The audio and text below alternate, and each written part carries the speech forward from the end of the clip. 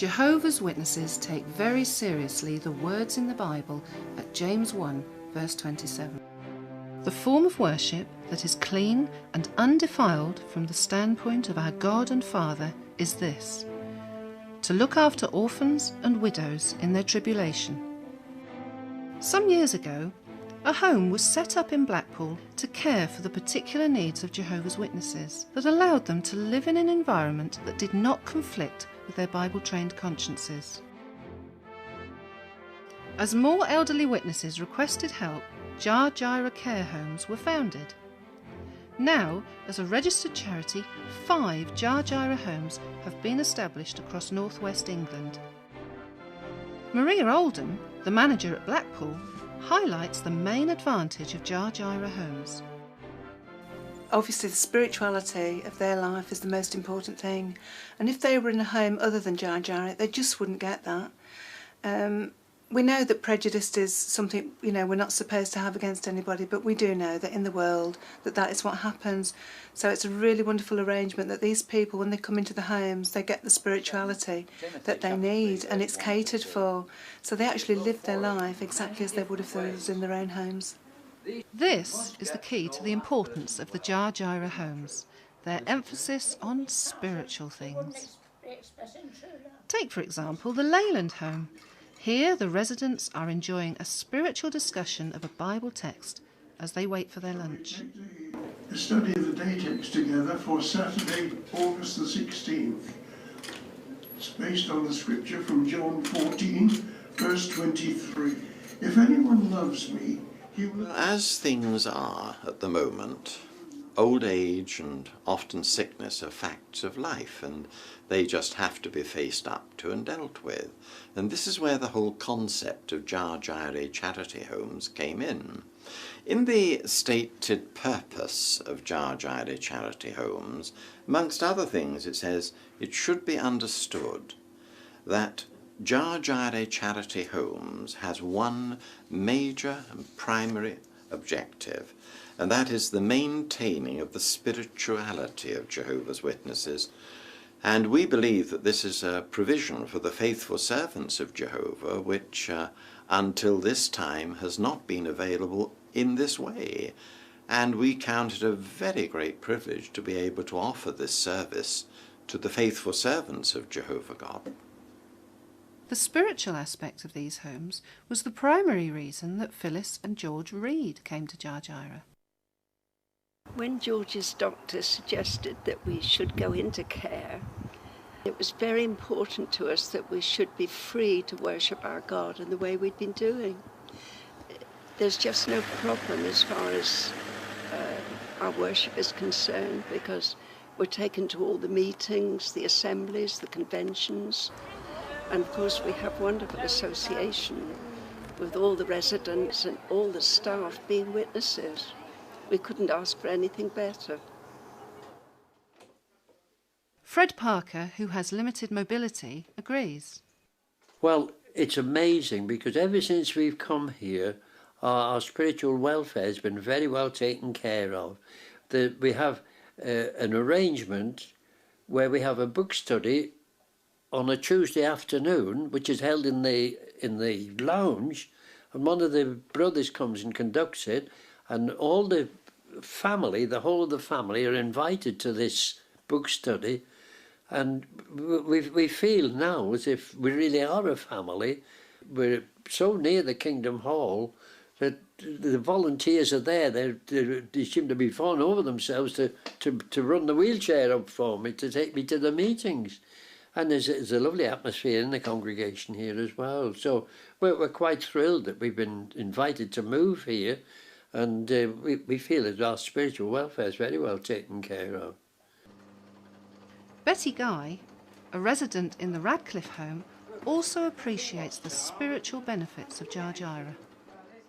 Well, I was determined that I would never go into a hotel or a public place where people were not in the truth. I couldn't live with that. So about a year or 2 years, it could be 2 years ago, Neil and I, as my younger son, brought me up here, and we sat in the garden over there. And that is what I said, I decided I would come. All this was a home for Jehovah's people. Right, brothers and sisters, the bus is here if you want to get on. And now I'm back doing the thing I want to do and where I want to be, in a home with other brothers and sisters. Even non-witnesses notice the difference in these residents. Jill Gaskell regularly collects residents from the Radcliffe home to take them to their Kingdom Hall. Most homes are like, you go in and there's no atmosphere and, people are just sleeping. But here, it's like a hotel, it's fabulous. They've got all little tables set up and it's so friendly. And the people who live here really, they do like living. They look very well. And you know yourself that they're being cared for, which is a good thing, I think it is.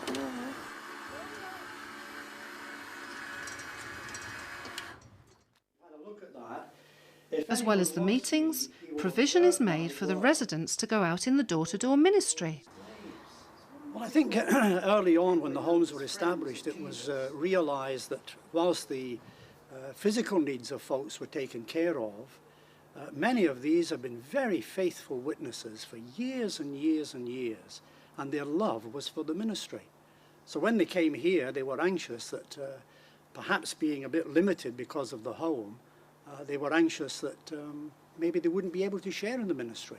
So we have a group here every week, both congregations do, and the brothers and sisters who are physically able share in the ministry.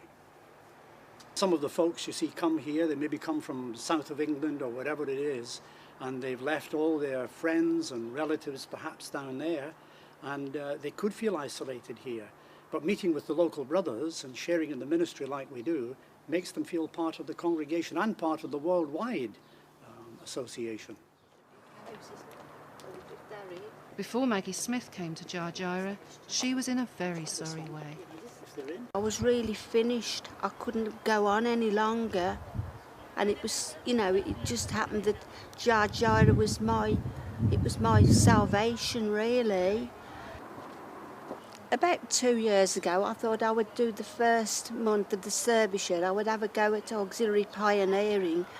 And it went on and on and on. So just this month, I've managed to do 2 years. And it's gone by so quickly, but it's been so satisfying. Maggie's example demonstrates the high quality of physical care that is shown to the residents. Top of the list, of course, is the food, and considerable thought is given to providing well-balanced meals that are enjoyable to eat. At the Maryport home, the residents are enjoying lunch as the evening meal is already being prepared in the homely kitchen. On the menu is minced lamb with pearl barley and onions, or beef casserole. And the vegetables are broccoli, cauliflower and carrots, and new potatoes. Our soup is homemade every day and consists of fresh vegetables and pulses. It's vegetarian, isn't it? It is. Yeah. We're great believers in celery. We give them fruit and veg throughout the day, and then evening meal time there's fruit on the menu with maybe, as we've got today, sponge pudding and custard. What did the doctor say? We're the only home in Cumbria where the biggest complaint is the fact that all the residents have put weight on. Yes, yes. We cater for their dietary needs, so we have menus which are planned with the head cook.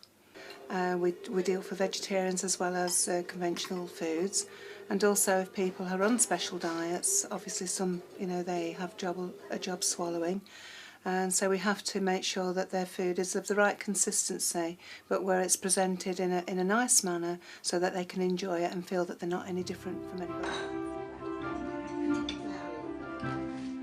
Another priority in all the homes is medical care. Every day, the requirements of each resident are carefully checked and their medications administered.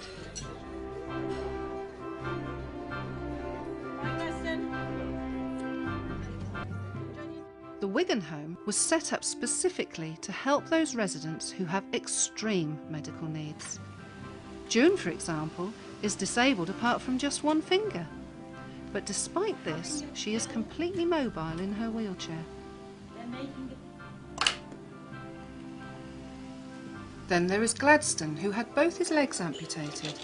While we were filming at the home, he tried out his prosthetic legs for the first time. We have people who have had diseases like MS from when they were young. We have one particular sister, she's had it since she was 16, and now it's a hardship for her to even speak. She can't do anything at all for herself, and it endears you to them because you think there's nothing they can do. You have to do it all for them. And we've got lots of different individuals that have done so much, but we've got some very sick people here, and it's really sad to see it, you know. But we never like our residents going into hospital. We like to keep them in house because we care for them much better. For instance, we just lost a resident, and the hospital asked if we wanted her back, and I said yes, because I knew we would care for her better here, and she'd have people who loved her around her, and that's the way it is, really. You know, there's a lot of love in the home, and that's nice.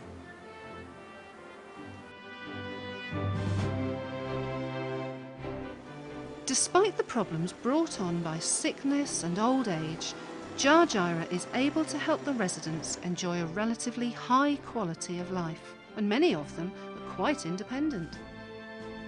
Today, for instance, Barbara from the Maryport home is taking a taxi into town to meet a friend. Well, usually on a Tuesday we have the group study, but we had to have it yesterday normally, so I was going to go shopping today, make use of the time.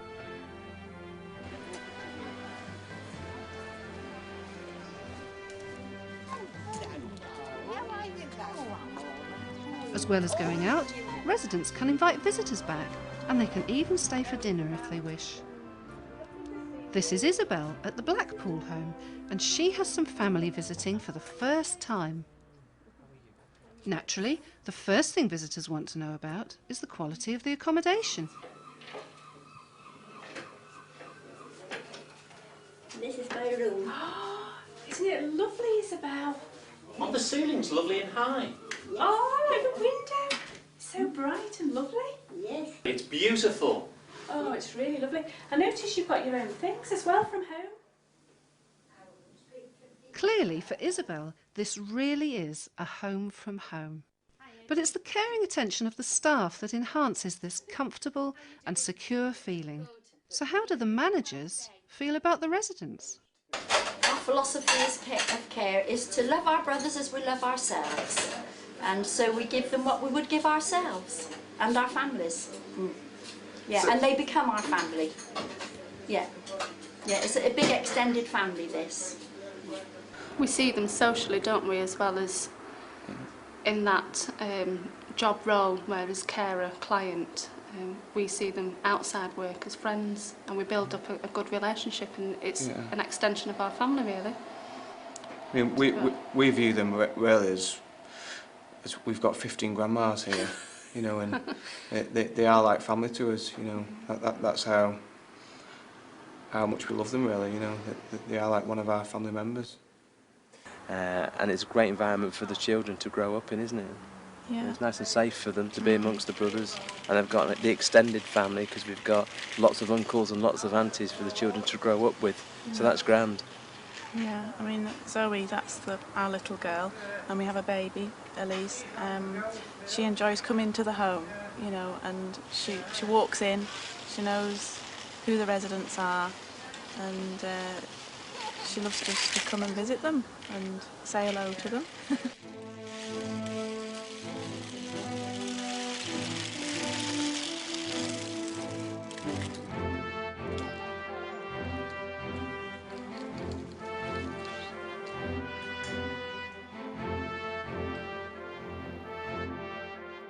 Obviously, the quality of staff is very important. But since staff is recruited only from amongst Jehovah's Witnesses, how is it organised? Well, we have a system involving some who are known as associates. and there are over 700 of these scattered throughout the country now. These are well-wishing brothers and sisters who've put their names forward, and they want to be of help and of service. And what it happens is that if, say, there is a staffing problem, the associates are notified of this, and then they in turn will spread the word amongst the local brothers and sisters. And with that local knowledge, they're also able to perhaps think, well, so-and-so might have the qualifications that would equip him for this particular job. A sister was talking about it on the ministry to another sister, and I overheard her talking about it. So I asked her some questions, and she gets sent letters about Jar Jairo, so she gave it to me to have a read, and then I rang them up. I'm a regular pioneer, so a pioneer outside of work hours, and when I'm here I do care work, and a couple of mornings I do housekeeping. Most of our shifts are done in the evenings or on the weekend, so it's mainly times when we're not out on the ministry anyway, so we're able to go out quite a lot in the week and have ample time to go out on the ministry and things like that. Yeah, and the hours that we work are hours that at home I normally wouldn't have gone out on the ministry anyway, so I'm not actually missing out on anything. And also the congregations here are extremely supportive. They're always all out on the ministry, so it's easy to have arrangements midweek. One of the brothers in our congregation told us about Jar Jairo. He spoke to us about convention cover, and I said to him, well, I've never done care professionally. And he says to me, he says, can you make a bed? I went, of course. He says, and can you hoover? I says, don't be silly, of course I can hoover. He says, right, you're on. So my husband Jim and I and my son Paul, we all came down for convention cover. And the first year we came here, I did washing up in the kitchen for 3 days with my son, and you were here doing care. And then we went home. The next year, they were looking for a cook. So I've slotted into the kitchen to do the cooking. And next thing, we're off on this job, and that's how we came to work here.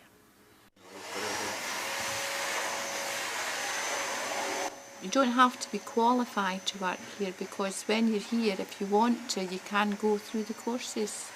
I'm currently doing my level 2 NVQ in care and in housekeeping. So you're getting the training while you're here.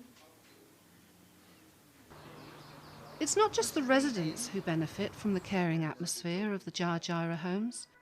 The rest of their family benefits too. We were grateful for what Jar Jairo have done. Sure. We had a sudden need thrust upon us 3 years or so ago, and we had to use worldly care homes which weren't satisfactory at all.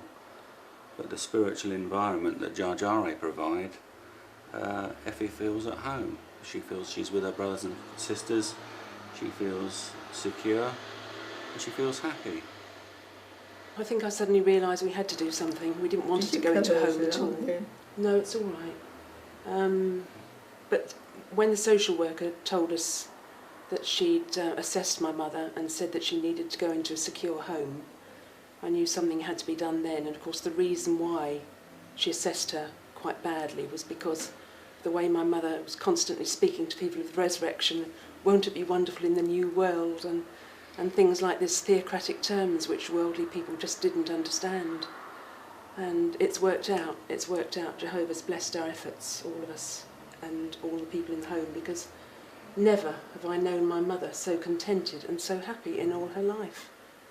It's just, it's brought her back from near death, and that is true. We didn't expect her to live long when we brought her here. We thought if the journey didn't kill her, she wouldn't last long anyway, but it's now 3 years. The Jar Jairo organisation has been highly successful in providing specialist care for infirm or elderly Jehovah's Witnesses. A few years ago, a care home was established in Ontario, Canada.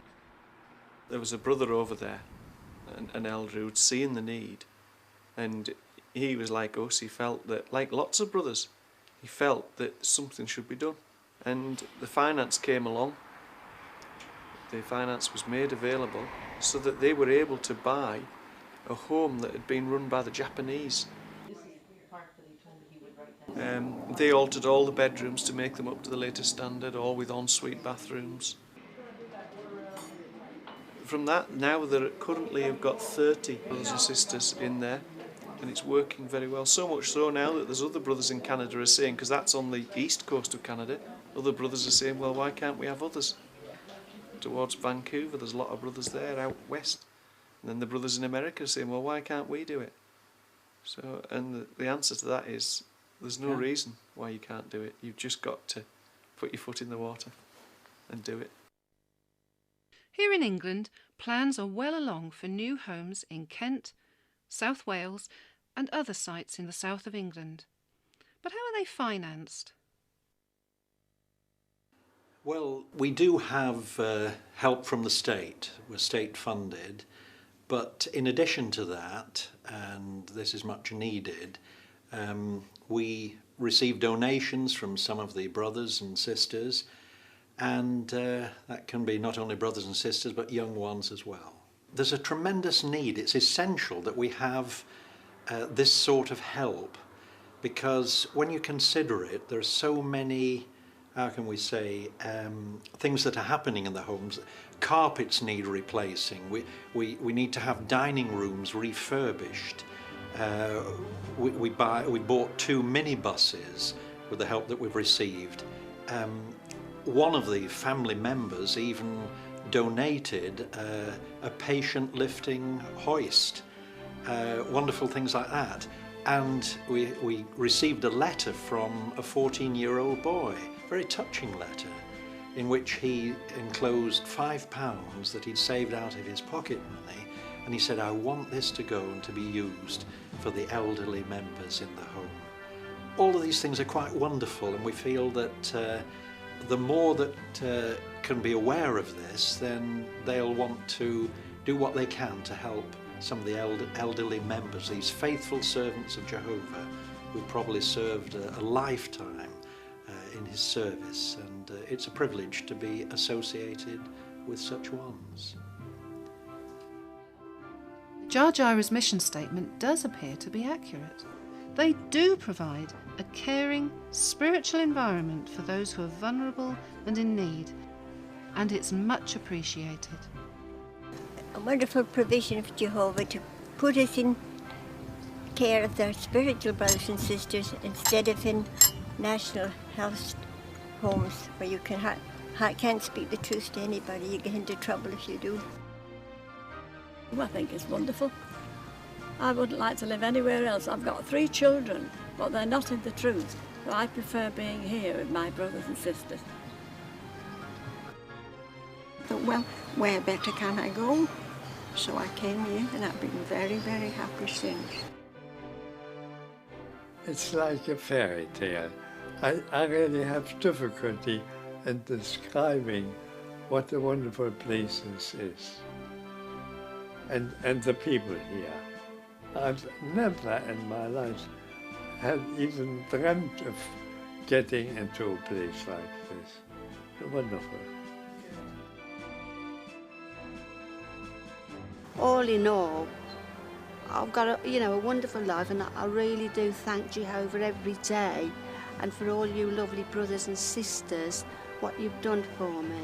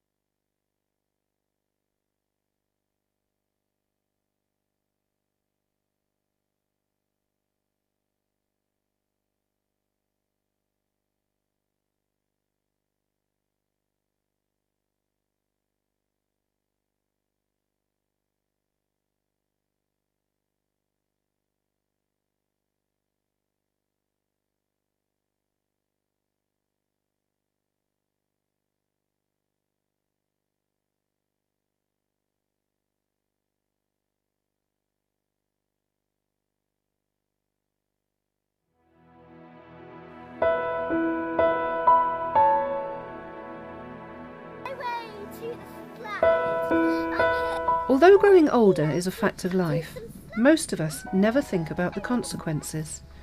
We assume that we will be able to care for our children and grandchildren on into the future, and we rarely consider that our parents may eventually need to be looked after. Not everyone needs care. In fact, current statistics show that 85% of elderly people never need to move into care. However, in the future, studies show that increasing numbers of older people will need some form of care later in life. While responsibility for that care falls primarily on the family, what happens when the family is unable to supply the care needed, or if elderly ones don't have any family?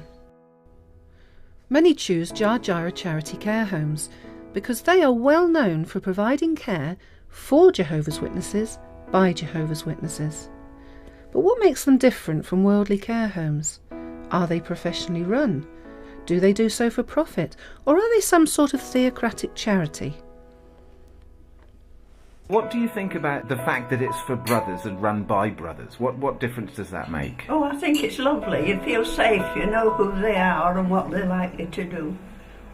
And then that fact that you've got your brothers here, you've not got strangers who are smoking and swearing and one thing and another, you know it's a clean home. It's morally clean, and that's the main thing, because that's all I've known all my life. For many of our brothers and sisters who live here in the Jar Jira care home, they've given their life to serving our Heavenly Father, Jehovah. But for many of them now, in their latter years, they may have no family that are able to care for them. So we have the privilege here in their older years of looking after them, and importantly looking after their physical, their emotional and their spiritual needs. The trustees have a tremendous sense of obligation to our elderly ones, because by virtue of their tenacity and hard work in the past, you know, thinking of the 20s and the 30s and so on, and the things they put up with in order to be Jehovah's servants, they were stalwarts, and we're in the truth today and doing what we're doing because they were loyal and faithful. So just who are these stalwarts of the truth? Well, Stanley Reynolds is one. He came into the truth as a young man in 1935, and his record of sacred service was published in the Watchtower. What did you do in Bethel? I was in charge of the pioneer department, Yeah. then in charge of the circuit overseers and the congregations. I was really the assistant manager, really. Yeah. After many years of pioneering, circuit work and Bethel service, he's now become very frail, but he's a treasured member of the Jar Jira family. Another resident is Basil Brightwell. How long has he been in the truth? Just over 60 years. Yeah, I was baptised in 49, actually. And I got pioneering, and then the branch wrote and asked me if I'd go on the circuit work. So latterly, we were serving over in Spain. We were there for 18 years, and I mean, I was nearly 70 when we went, but Joyce had started to develop this wretched dementia. We came here at the end of August 2007. Sadly, Basil's wife eventually died, but he still keeps a busy schedule of spiritual activities. He's an elder in the local congregation, still gives public talks and is regular in the field ministry. Basil is not the only elder here. There are several, and they are vital in the organisation of spiritual activities in the homes. There's the daily text, a Monday Watchtower study, and innumerable other spiritual activities throughout the week. So Jar Jira certainly fills a vital spiritual need. But does it adhere to professional standards? One area that is a good monitor of quality is the resident's care plan. Well, on admission, every resident has a care plan put together. What it is it's a robust plan of care, how we plan to look after somebody now and potentially in the future. And it covers a variety of different aspects of their care, but it covers everything that they could possibly need and that we would possibly do for them here in the care home. Say for example a government inspector comes in, they'll look at that plan of care and they will see if we're doing it, they'll talk to the resident, they'll talk to the family, and they'll make sure that this robust plan of care that we've taken the time to build is actually being utilised properly. Gordon has been with Dja Djaira for many years and has also worked with hospital surgical departments. His experience, like many other members of the staff, is wide and impressive. For instance, Kathy managed a commercial care home for some years before becoming the care manager here. Laura and Adam also worked in other care homes before coming to Dja Djaira. I'm from East Sussex, and I worked most of my life in care industry down in Sussex. I worked for hospices and care homes, and also in the community as a live-in carer as well. So I've been doing that for a good few years now, most of my life. Although their long experience is valuable, Dja Djaira has always emphasised the importance of continuous training. Well, training starts right at the very beginning on induction. This staff development programme goes on everlastingly, really, as long as they're working for Dja Djaira. All of our care staff here are trained to MVQ2, and many of the staff now have gained that qualification. Some have gone on now to do their MVQ3. And then when we think of our housekeepers, many of them have now finished their MVQ2 in housekeeping, and the staff in the kitchen have done their food handling and hygiene course.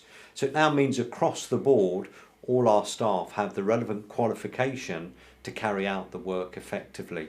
And that instills confidence in, obviously, all the staff, and importantly then for the local authorities, they see that our staff have the necessary qualification to carry out the job effectively, and they're also aware that we have ongoing training for all staff.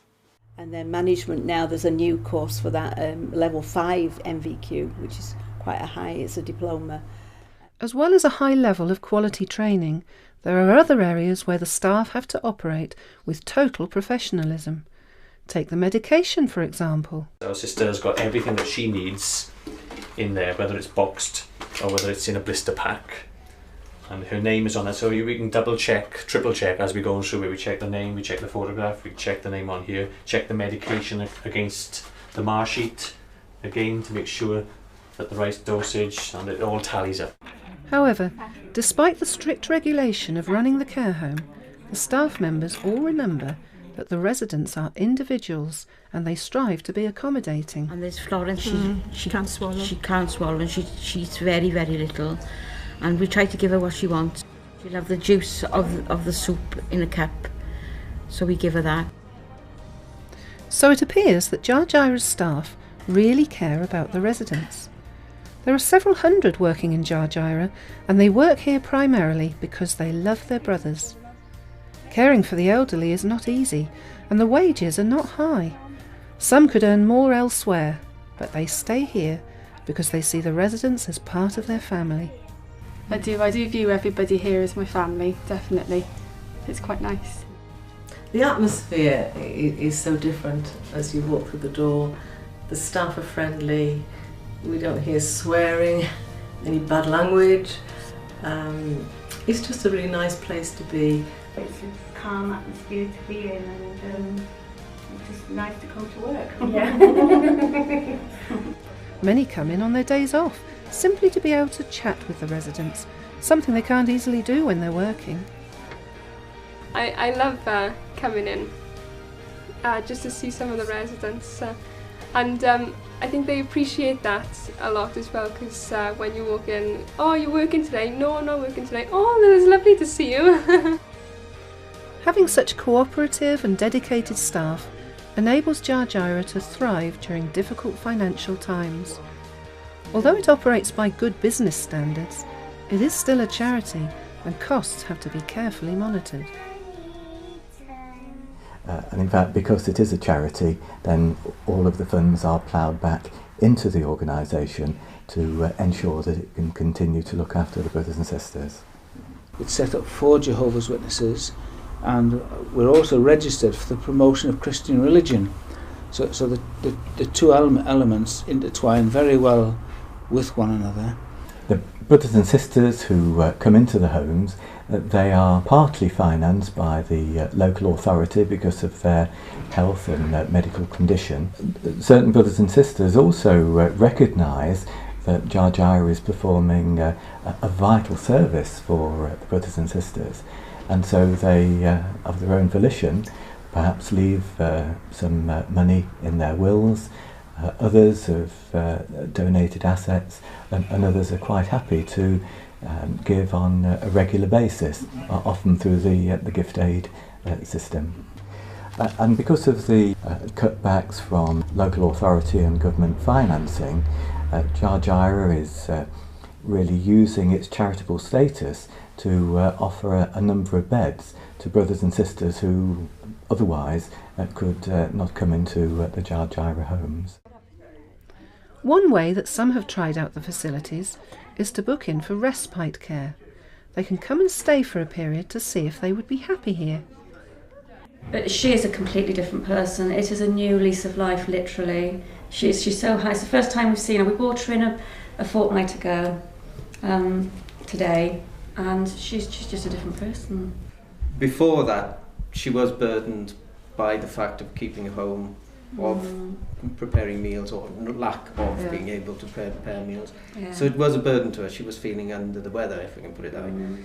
But coming here, taking that burden away from her, it's allowed her to expand herself, and she's laughing now. We are ecstatic, really. Yeah. That she's able to come into a Jar Jaira home and be looked after the way she is. Jar Jaira has been established in Britain for nearly 30 years and has grown to be a well-respected organisation. So much so that it has been the model for a string of similar care homes in countries such as Canada, Korea, the Netherlands, Poland and the Czech Republic. Other brothers want to establish care homes in the USA, Denmark and Ireland. They form a loose alliance of similar-minded professionals that share their common experience of caring for elderly brothers and sisters by means of a not-for-profit charitable trust. While other independent care homes have been set up to operate as a business, Jar Jaira is determined to maintain its status as a charity. Unfortunately, this charitable status has recently come under extreme pressure from external world affairs. The current financial climate in the UK means that the environment for care homes is difficult. The recession has forced the government to reduce funding for care homes, while the increasingly aged population means that demand for such places continues to rise. Many care homes in the commercial sector have failed, and their residents face an uncertain future. We can't allow this to happen to Jar Jaira. Some of our brothers don't have families, even though the brothers love them. The burden of care sometimes is too much. So since Cliff has moved in, it hasn't stopped the brothers loving him. That's why we're here today to visit him. But I must say that seeing Cliff here, his quality of life is so enhanced. So if the circumstances are right, I would thoroughly recommend the home here. I was wondering what he was going to be like. I wanted to come and find him happy, and as soon as I saw him I knew that this is the right place for him. And looking around and even talking to some of the others, they're all so happy because they're with brothers and sisters. To be here is just like being at home, isn't it? It's like having come home, if you know what I mean. And I'm really pleased he came.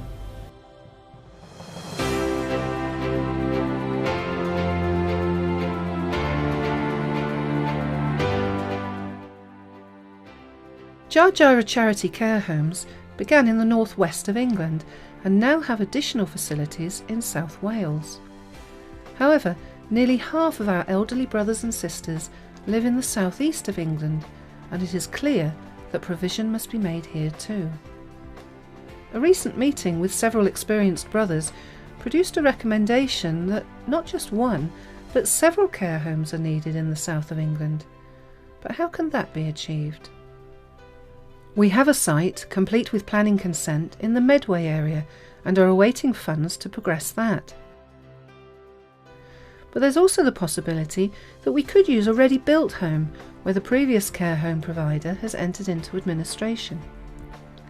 However, while it is relatively easy to find or create facilities, over-reliance on credit during the current unstable financial situation has caused the demise of much larger institutions than ours. So, if we are to care for our vulnerable elderly brothers and sisters and provide a secure environment for them, we need to remain independent of the banks and mortgage companies and should be funded by charitable contributions only. We know that in the future there will be no more old age, suffering or death, but in the meantime, the services provided by Jar Jaira Charity Care Homes are vital. It is our hope that this service will continue right up until the time that it is no longer needed, and we can all enjoy good health in paradise.